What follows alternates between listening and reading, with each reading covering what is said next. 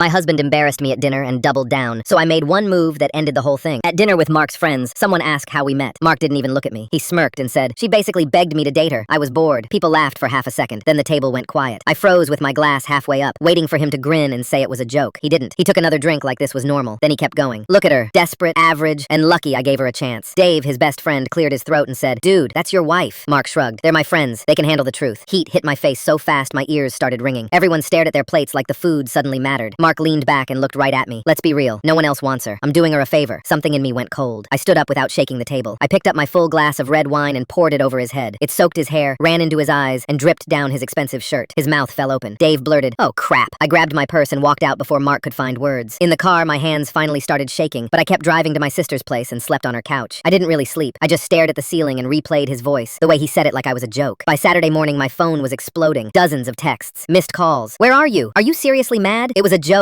You embarrassed me." Not one message said sorry. I didn't answer. I called a locksmith and told him to meet me at our apartment that afternoon. The locksmith worked for about an hour, swapping out every lock. Then I started packing Mark's stuff, not carefully. I grabbed garbage bags and thick contractor bags under the sink and went room to room. Sneakers, game consoles, controllers, clothes, jackets, his fancy jersey he bragged about, all of it. I didn't stop when my arms got sore. I kept moving, bag after bag, until the hallway looked like trash day. By 2 p.m., everything was on the curb. I sent him one sentence. "Your stuff is outside. Don't contact me again." My phone rang instantly. I declined. It rang again. I declined again. Then the texts came faster. "What the heck? You can't do this. That's my apartment too. I'm calling the police." I blocked him. That evening, he showed up at the building. I heard pounding in the hall and his key scraping the new lock. He yelled my name. I stayed silent and watched through the peephole. He stared at the lock, then kicked one of the bags on the curb. A neighbor opened her door and he snapped, "She can't do this." I said through the door, "Your stuff is outside. Leave." I recorded it on my phone in case he tried to twist it later. Sunday was quiet. On Monday morning, I got a message from Dave. I almost deleted it, but I opened it anyway. He said he was sorry, that what Mark did was out of line, and that after I left, they tried to talk to him, but Mark just doubled down. He said he and another friend were done with Mark. On Tuesday, an unknown number called. It was Mark's mom, already yelling, saying Mark was heartbroken, and I'd kicked him out over nothing. I let her go for maybe 30 seconds, then I repeated exactly what Mark said at dinner, word for word. The line went silent. Then her voice got small. "He said that? In front of everyone?" She apologized right there and admitted he'd done stuff like this for years, saying cruel things and then acting like the victim when people reacted. By Wednesday, Mark was panicking. A new number texted me. "What did you do? Why is everyone turning on me? This is your fault." I didn't reply. On Thursday morning, I filed for divorce. My sister connected me with a lawyer friend, and in the first meeting she pointed at the lease and said, "It's only in your name." Mark had moved in later and never got added, so legally he was there because I allowed it. He had no idea. Friday, 1 week after that dinner, the divorce papers were delivered to Mark at work. My phone lit up again with another new number, and he was screaming the second I answered, saying I couldn't do this, saying he was joking, saying I was ruining everything. I kept my voice flat. "You said I begged you to date you. You said I was desperate and average. You said no one else wants me." I paused, just long enough for him to breathe. "So here's the truth. Lose my number." I hung up and blocked that number too. Now his mom is saying I went too far with the locks. Was I wrong?